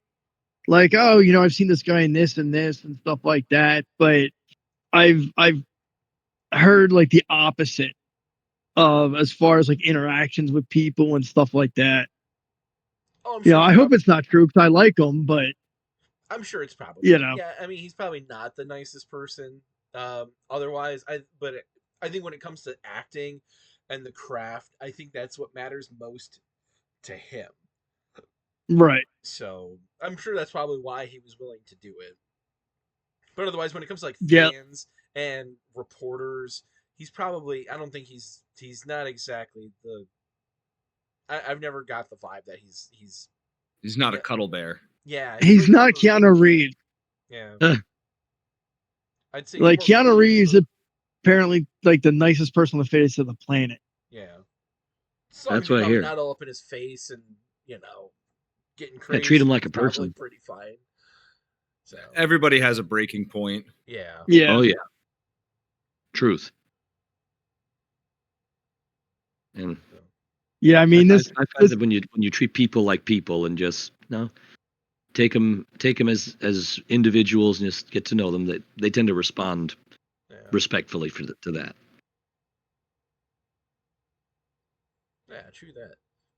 I know the Power Ranger actors. They're very active and out and about. They do a Hmm. bunch of conventions. They do go to comic book shops and all that stuff. And for the most part, they're all pretty cool. I probably accidentally tested Jason Font's limit. Because he was a baseball player in college, and I was like, man, I kind of want to talk to you about baseball Oh. because I like baseball. And I mean, I because I hadn't really seen a whole lot of Time Force at that point, so I didn't really know what to ask about and talk Ah, to him. So I was like, yeah, I'll talk to but he's more of a football guy, him and his dad, and I was like, oh, okay, cool. Like I'm not a football guy, so I was kind of like, okay, gotcha. cool. And I like there's like a moment he was like, yeah, like got a little sharp, and I was like, oh shit, I better back off from this topic, I guess. It's the But one thing that sets him off. yeah. we're talking about baseball. Everybody's got a button. Yeah, he's like, "How dare you?" He's like, "Get out of my face with that baseball shit." Yeah, man, he's. I mean, otherwise, he was a really cool guy, though, man. It was kind of sad because I always wanted to meet Jason David Frank, and those two were good Mm. buddies, and so I just it's just one of those things where it was great to meet him and talk to him and learn you know experience that secondhand through Jason David Frank experience. So I thought that Hmm. was cool. Cool. But yeah, aside from that, I mean, uh, the only other celebrities I've met was Jared Fogle, the Subway guy. So Oh boy. Oh, that's not one of the guys you want to meet. yeah, that was not yeah. Yeah, I'll tell you. I mean, I've met athletes. Um, I met Mhm. I used to meet some of the hockey players. I met some baseball players. Yeah. The only time I eat yes, yum, meet any actors is usually at a convention. Like when they have like their photo ops and stuff like that. Like I met Will Wheaton at Origins the year the Kings won the Stanley Cup because the Flyers traded some players that way. We know Oh, that's why they won. So then it was right around when the Stanley Cup was going on. I think one of the nights they won that he was there. Yeah. So he was pretty cool. Apparently Kevin, I didn't meet Kevin Sorbo, but apparently he was a dick when he was at Origins. Last time they had a media guest, I met Charisma Carpenter. That was before COVID. Sam Witwer, if you guys ever seen the American version of Being Human, Hmm. yes. he played the vampire. Cool. He also Oh, he Oh, he also streams video games. He was going out at Chloe Dykstra at that time, and she was there too. Nice. cool. So I got to talk to them for like 10 minutes. No one else was like around. They were really cool. Um, I got to meet a handful of musicians, like through work and shit like that, and there's a handful of there's some people that I met that were like, oh, they're real dicks in person, and like yeah. in meeting them in a capacity where you're not like they're not being flooded by people. I'm like, okay, so like Yeah. it's a totally different vibe. Hmm. Billy West is a really nice guy. I got to meet him at a convention. Uh, he's the Red M&M professor, the Professor Fry from Futurama. Oh, Um, wow. yeah, Oh, he's okay. super nice, man. He let me get a free picture. He came out from behind the table, like, gave me a hug, a handshake. He let me do a crappy professor impression for him, and we got Hmm. to, we chatted. Like, he was a really cool guy, man. But then I had the misfortune of meeting. I'm trying to remember her name. She's the voice actress for Princess Bubblegum for Adventure Time. She did Starfire, or she does Starfire for Teen Titans and Teen Titans Oh, Go. Her, she's not nice like at oh all. no, Yeah, oh I dear. paid to get a picture with her, and I regret paying that money because, yeah, man, like she was like she didn't even want to look up from her cell phone when I was trying to like like hey like hi nice to meet you kind of thing. The whole time she's had her hand on the table and like really distant. And I was trying to talk to her, but she's yeah she it was like you may as well have just farted in an elevator with her. Like that's the kind of Oh, rough. friendliness she was exuding. So Rough. yeah, that was Ryan Hurst was an incredibly nice dude. yeah. Ryan Hurst. He played Opie in Sons of Anarchy. Oh, Okay. I I happened to run into him walking across the floor at a con, and I forget what shirt I was wearing. He pointed, and like this is like it was like the height of Sons of Anarchy, and I was just like, shouldn't you be getting over to a table, dude? Like like don't you got some shit to sign or something? That's funny. Oh man, my sister says the same thing about Chandler. I can't remember his Chandler last. Riggs. Briggs, oh, yeah, Matthew Chandler Perry. Briggs from Walking Dead. My sister's met him like Oh, two Yeah. or three times. She said like the first couple when he was really little, he was really cool, but like since he's a lot older, he does the same thing. He'll walk away from his table for long periods of time, and you're like oh. yeah, kind of like I'd like to like get a picture with you again, and he's just he's off hanging out with other celebrities or doing his own thing most of the time, and Well, Ryan Hurst was just like, I mean, like, yeah, in the sense of like, get back to your table, if as just like, I mean, he was just shooting the shit, walking across the floor to like just regular people, yeah. and but like, I mean, you always, I mean, I feel like it's all the venue, man. Like when people Mhm. are at cons, dude, they're there to work, so like anytime people are like, oh, like, let's chat about this, they're like, hey man, like I got people in line and shit like that. So Yeah. like when I run into someone at a con who's maybe like off hours or whatever and is friendly in that capacity, I'm like, okay, this is a decent person on the outs too, on the outside. Yeah. And it's definitely one of those Chandler things where Riggs, I mean, those Walking Dead people are on a different level at that point. They were oh, just like, I mean, Walking Dead ruled the world for a certain period of time. oh yeah. Oh Them yeah, yeah. them and I Stranger stopped Things. watching that. Yeah, Stranger Things still has one more season allegedly, Yeah. But the but Stranger The Kids Walking thing Dead. too. Yeah. Oh, go ahead. Yeah. No, no, go ahead. I cut you Oh, off. oh no, I was that's all I was saying was just them and the Stranger Things kids, like they're on that whole nother level when they do conventions and stuff like that. So, okay, Hmm. but yeah, Yeah, sorry. I dropped out of Strangers or Walking Walking Dead. Dead like beginning of season 7. I was like, all right, like how many times are you gonna do the same thing over and over again? I'm like, I just can't do it anymore. Yeah. Where are we at on? I'm Kind of a actually shame. just pulled up the. Oh, go ahead. Go Yeah, ahead. kind of a shame that Everyday Hero couldn't have got the Walking Dead RPG. I think it was Well, they have their own right. one, so They got what? They've got all the stuff you need for a good Walking Dead campaign in the core book. yeah, Yeah, Yeah, my feeling is that a zombie post-apocalyptic world is so easily recreatable. It's like we don't even need the license or the Oh intellectual yeah, property for that. yeah, all you got to do is mix some of the Mad Max style improvisational stuff that you get from Scavenger Society and Escape from New York with the just a little Monster Hunter class and those various zombie monsters in the monster manual sections of these books, and you're good to go. yep.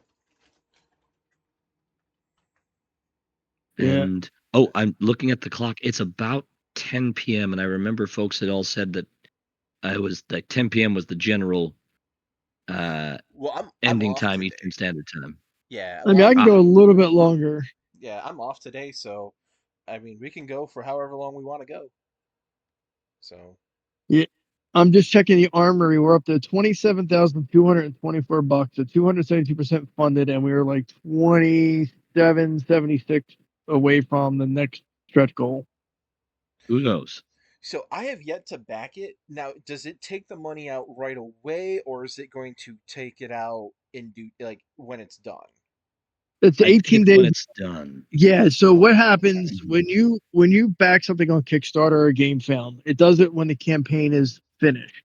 Right. So Yeah. if it does it for like 27 days, it's after that last thing clicks down, it ends, and then it charges your card. Yeah, Right. I've never used GameFound. I've used Kickstarter and I use Indiegogo. But yeah, so I I've wasn't used sure how I've that used worked. Indiegogo. I love Yeah, Indiegogo. I love it. I It's like my preferred. I like Kickstarter. I did Indiegogo twice. I did it for the Atari VCS, Yeah. and then I did it for a game called Dead Matter, which is also in early access development, which is another zombie survival thing. Um, where it's not you don't really craft your base, you fortify it, kind of like State of Decay. But right now they have like 25,000 zombies alive in the world at once, and the map is small for that many zombies. Oh, they're all on top of you. Basically, yeah, it's like yeah, like what they're planning on adding, they're going to have two maps that's going to be like, I think one's 10 square kilometers, one's 6 square kilometers, vehicles including trains, planes, automobiles, I think helicopters. Nice reference. Yes. um so it's pretty good. I'm waiting for the update to come out this summer before I throw up another server and try it again. The game's been a little unplayable.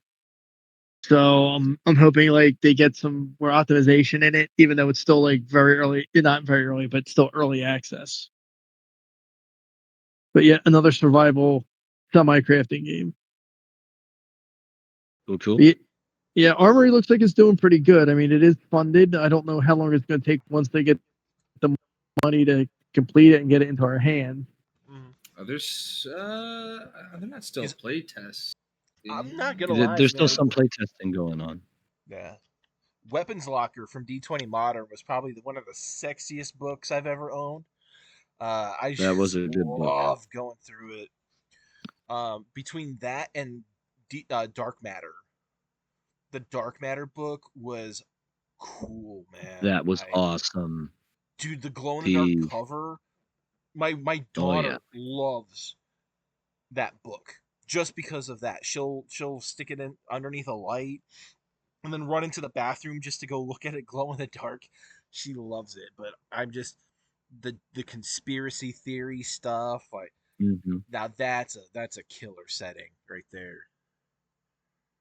I think what sold me on that one was the sand nanite infected super soldier uh, s- Mm-hmm. character species option and the alchemist class. That Mm-hmm. was that was some good stuff. Yeah. X Files meets Assassin's Creed. X Files would be another good property to have. That would Truth. be I'd love it, man. Get the lone gunman as NPCs. Yep. Yep. Ooh.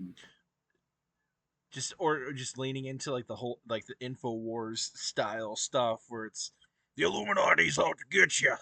That kind of stuff. I love that stuff. They could probably do a PDF or a small book of different conspiracy theories. Mm-hmm. Truth. But they could probably do A something like crypt. that. Mm-hmm. I love that they threw in some cryptids in Ego, man. It's Mm-hmm. awesome. Yeah, I think that was what assignment number hmm 2. Yeah. Yeah. I fucking love a cryptid, dude. Mm-hmm. They're great. They're great creature features. Great monster of the week style situations. Yeah. Yeah, dude. Which one is your favorite though? Like Bigfoot, Mothman, Jersey Devil, anything? Honestly, I got a soft spot for the Jersey Devil. Yeah. Sympathy for the devil. He's an East Coast cryptid. You know, he's one of the boys. Jersey boy. Yeah, he's a Jersey boy, dude. I think I've always been partial to the Sasquatch type situation. Yeah. Gotta love a Yeti. Yetis, Gotta love a good Yeti. Sasquatch, Wendigo or Wendigo. Yeah. Oh, Oh yeah. that last one's creepy as hell though, man. Oof. Mhm. Yeah. You get into some of the original source material legends. That's some that I think Supernatural did a pretty disturbingly good job with that one in season 1. Yeah. Yeah. Yeah. My wife has a friend. He's a There's Native a American. comic book, Cryptozoic Man, which is really worth a read. Hmm. Mm. My wife's got a my wife's got a friend. He's a Native American out west, and my wife was talking to him about some stuff, and in the discussion of skinwalkers came up, and he was Oh like, we no. don't talk about that stuff in Nope. our tribe. We Nope. don't talk about those things. Like we Nope. are, we still are very much. We still very much believe in that, and we don't like that. We don't like that Oh no, talking you don't about want to it. draw their don't want to give them strength or draw the attention to Yeah, draw their attention Yeah. to you by naming them. yeah, Yes, that's a big thing, especially in some of the Southwest groups. yeah. If you watch Reservation Dogs, there's a couple of cool shots where, like, apparently, like in like the native culture, it's like you don't look an owl directly in the eyes, and They in the bring death. show they blur all the owl's eyes out. Hmm. Huh. Yeah, Hmm.